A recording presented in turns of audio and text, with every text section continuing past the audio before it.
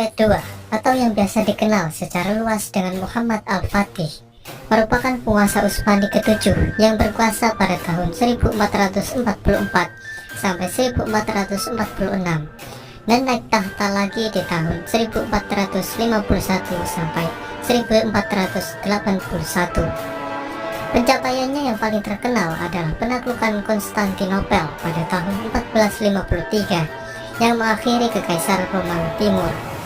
Dan karena itu, ia pun mendapat julukan Sang Penakluk atau Al-Fatih. Mehmed dikenal sebagai pemimpin yang cakap dan ahli dalam bidang militer, ilmu pengetahuan, matematika, dan menguasai 6 bahasa saat berumur 21 tahun. Dia dikenal sebagai pahlawan di Turki maupun dunia Islam. Dalam sejarah Islam, Mehmed dikenal sebagai salah seorang pemimpin yang hebat, sebagaimana Sultan Salahuddin Al-Ayyubi dan Sultan Saifuddin Mahmud Al-Qutus.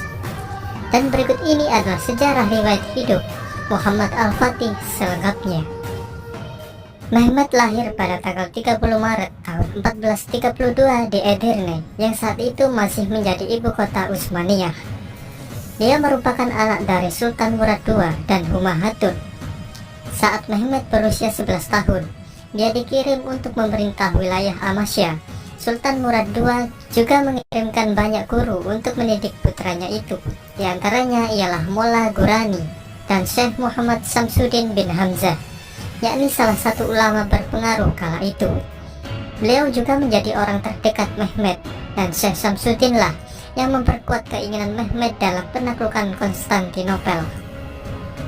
Setelah ayahnya mengadakan perjanjian damai dengan Kadipaten Karaman di Anatolia pada tahun 1444, Sultan Murad yang sebenarnya lebih tertarik dalam masalah agama dan seni daripada politik, turun tahta dan menyerahkan tahtanya kepada Mehmed yang saat itu masih berumur 12 tahun. Dengan situasi seperti ini, Wazir Agung atau Perdana Menteri saat itu, Chandarli Halil Pasha, memiliki kendali kuat atas negara. Walaupun begitu, pengaruh Halil Pasha masih tersaingi oleh Syekh Samsuddin yang sangat dekat dengan Mehmed. Pada periode pertama masa kekuasaan Mehmed, Kekhalifahan Utsmani diserang oleh kerajaan Hongaria yang dipimpin János Hunyadi yang melanggar gencatan senjata yang tertuang dalam perjanjian Szeged. Dalam situasi yang genting ini, Mehmed meminta ayahnya untuk kembali naik tahta, tetapi Murad menolak. Sebagai balasan, Mehmed menulis surat yang berbunyi, "Bila ayah adalah sultan, datanglah dan pimpinlah pasukan ayah. Bila aku adalah sultan, aku memerintahkan ayah untuk datang dan memimpin pasukanku." Setelah menerima surat ini, Murad bersedia datang dan memimpin pasukan. Akhirnya, pasukan Utsmani berhasil mengalahkan pasukan gabungan Hongaria, Polandia, dan Walesia dalam pertempuran Varna di tahun 1444. Setelah peperangan, Murad didesak untuk kembali naik tahta oleh Chandarli Halil Pasha yang tidak senang dengan kuatnya pengaruh Syekh Samsuddin saat kepemimpinan Mehmed. Lalu Murad kembali naik tahta dan berkuasa hingga wafatnya pada tahun 1451. Sepeninggalnya, Mehmed kembali naik tahta dan dinobatkan di Edirne pada usia 19 tahun.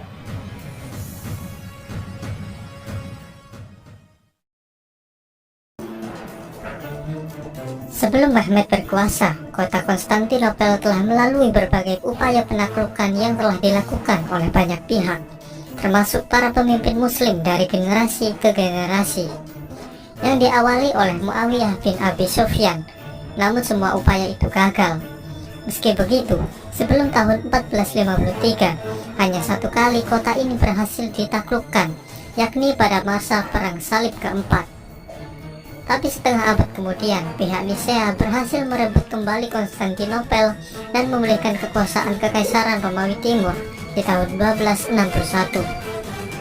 Ketika Mehmed kembali naik tahta, dia memusatkan perhatiannya untuk memperkuat Angkatan Laut Utsmani untuk persiapan penaklukan Konstantinopel. Kemudian Sultan Mehmed membangun benteng Rumeli Hisari di tepi Selat Bosporus. Karena dengan adanya benteng ini, Utsmani bisa memiliki kendali penuh atas Selat Bosporus. Setelah pembangunan benteng, Mehmed memerintah pemungutan pajak pada setiap kapal yang melewati selat. Namun pihak Venesia mengabaikan peraturan tersebut, dan akibatnya kapal mereka tenggelam hanya dengan satu tembakan meriam, dan semua awak kapal yang selamat dihukum penggal, kecuali kapten kapal yang jasadnya dipajang sebagai peringatan bagi mereka yang melewati selat. Saat pasukan Utsmani bergerak menuju Konstantinopel, Syekh Samsudin menemukan makam Abu Ayyub al-Ansori, seorang sahabat Nabi yang meninggal dalam pengepungan Konstantinopel di abad ke-7. Pada tahun 1453, Sultan Mehmed memulai pengepungan Konstantinopel dengan pasukan berjumlah antara 80.000 sampai 200.000 orang, artileri dan 320 kapal. Dan pada awal April, upaya penaklukan Konstantinopel pun dimulai. Pada awalnya, tembok kota dapat menahan pasukan Utsmani, meskipun Sultan Mehmed telah menggunakan meriam yang dibuat oleh Orban, seorang insinyur dari Transilvania. Dalam pengepungan ini, pihak Romawi Timur meminta bantuan dari negara Barat, tetapi Paus memberikan persyaratan agar gereja Ortodoks Timur bersedia bergabung di dalam kewenangan kepausan di Roma. Pihak Romawi Timur pun akhirnya setuju. Lalu beberapa pasukan Barat datang memberikan bantuan, tapi sebagian besar penguasa di Barat sibuk dengan urusan masing-masing dan mengabaikan nasib Konstantinopel. Pada tanggal 22 April, Mehmed memerintahkan agar kapal perang yang lebih ringan segera diangkat ke daratan. 80 kapal diangkat dari Selat Bosporus dan melintasi jalur sepanjang kurang lebih 1 mil yang dibuat dengan kayu. Sekitar sebulan kemudian, Konstantinopel akhirnya berhasil ditaklukkan pihak Utsmani setelah 57 hari pengepungan. Setelah penaklukan ini, Mehmed memindahkan ibu kota Utsmani dari Edirne ke Konstantinopel.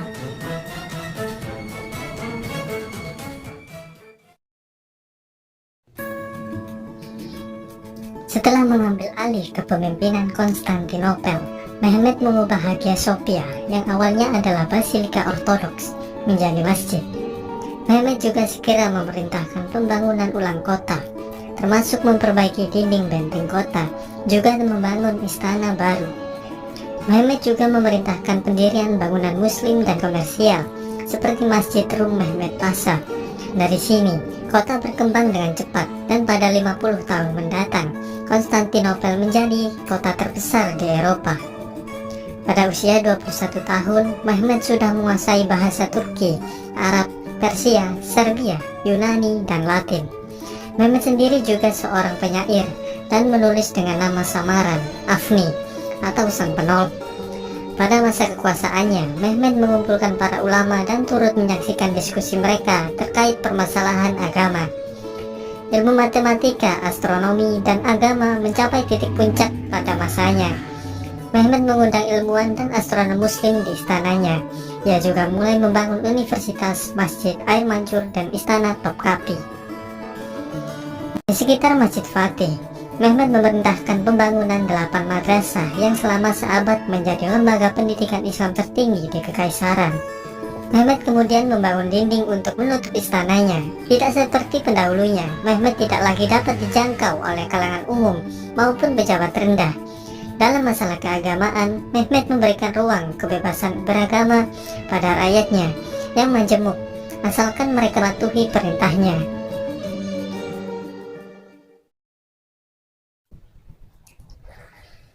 Saat Sultan Mehmed berkuasa, dinasti Utsmani telah menaklukkan banyak wilayah, diantaranya adalah penaklukan Serbia, penaklukan Morea, pendudukan Trebizond, pendudukan Gozaria, dan masih banyak lagi yang lainnya.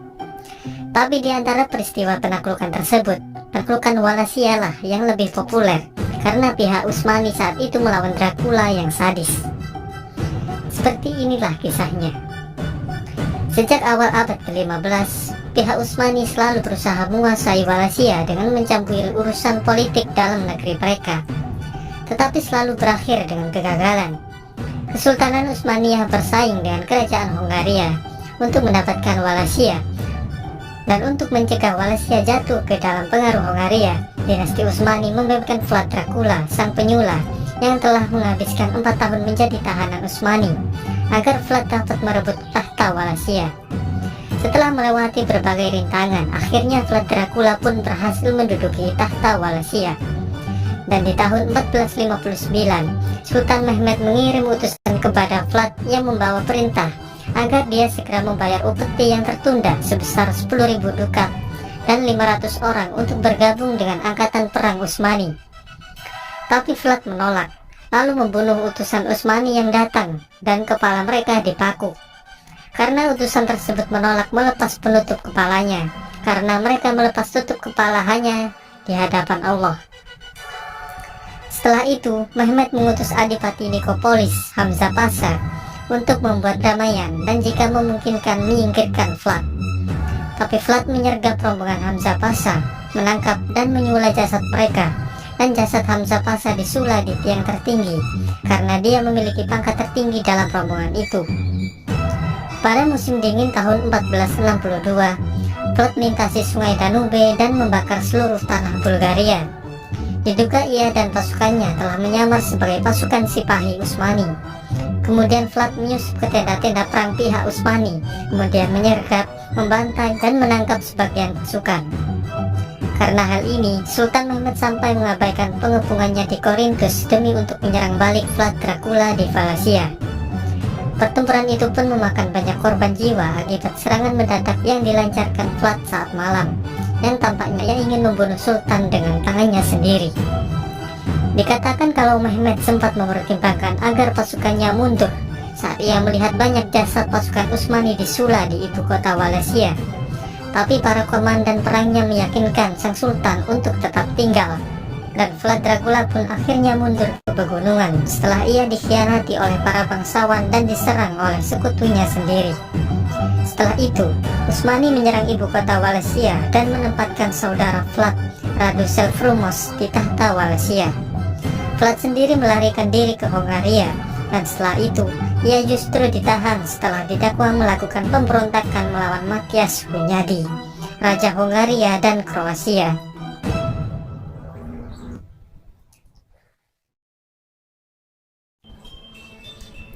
Di tahun-tahun terakhir kepemimpinan Sultan Mehmed, pasukan Utsmani di bawah kepemimpinan Gedik Ahmed Pasha menduduki Otranto di Italia Selatan pada 1480. Tapi akibat dari kekurangan makanan, sebagian besar pasukannya mundur kembali ke Albania dan meninggalkan 800 infanteri dan 500 kavaleri untuk mempertahankan Otranto. Karena khawatir kalau Roma akan ditaklukkan juga, Paus Sixtus IV menyatakan panggilan perang salib. Beberapa negara kota di semenanjung Italia, begitu juga Prancis dan Hongaria memenuhi panggilan tersebut. Pengepungan kota pun dimulai pada 1 Mei 1481. Pada tahun yang sama, Mehmed sendiri bergerak memimpin pasukan, tetapi dia sakit saat sampai Matepe. Saat itu Mehmed berusaha melakukan penaklukan terhadap Rhodos dan Italia Selatan. Tetapi sebagian sejarawan berpendapat kalau peperangan selanjutnya diarahkan untuk menundukkan Mesir yang saat itu dikuasai Kesultanan Mamluk, juga mengambil gelar khalifah yang dipegang dinasti Abbasiyah yang hidup di Mesir dalam perlindungan Mamluk sejak tahun 1261. Tak lama kemudian, Sultan Mehmed pun tutup usia pada tanggal 3 Mei tahun 1481 di usia 49 tahun. Menurut pendapat sejarawan Colin Haywood, Mehmed meninggal karena diracun putra tertuanya, Bayezid. Berita kematian Sultan Mehmed menggembirakan Eropa. Lonceng gereja didentangkan dan perayaan digelar. Di Venesia, berita itu disebarkan dengan pernyataan La Grande Aquila è morta, atau Sang Elang Agung telah mati. Sultan Mehmed sendiri kemudian dikebumikan di kompleks Masjid Al-Fatih.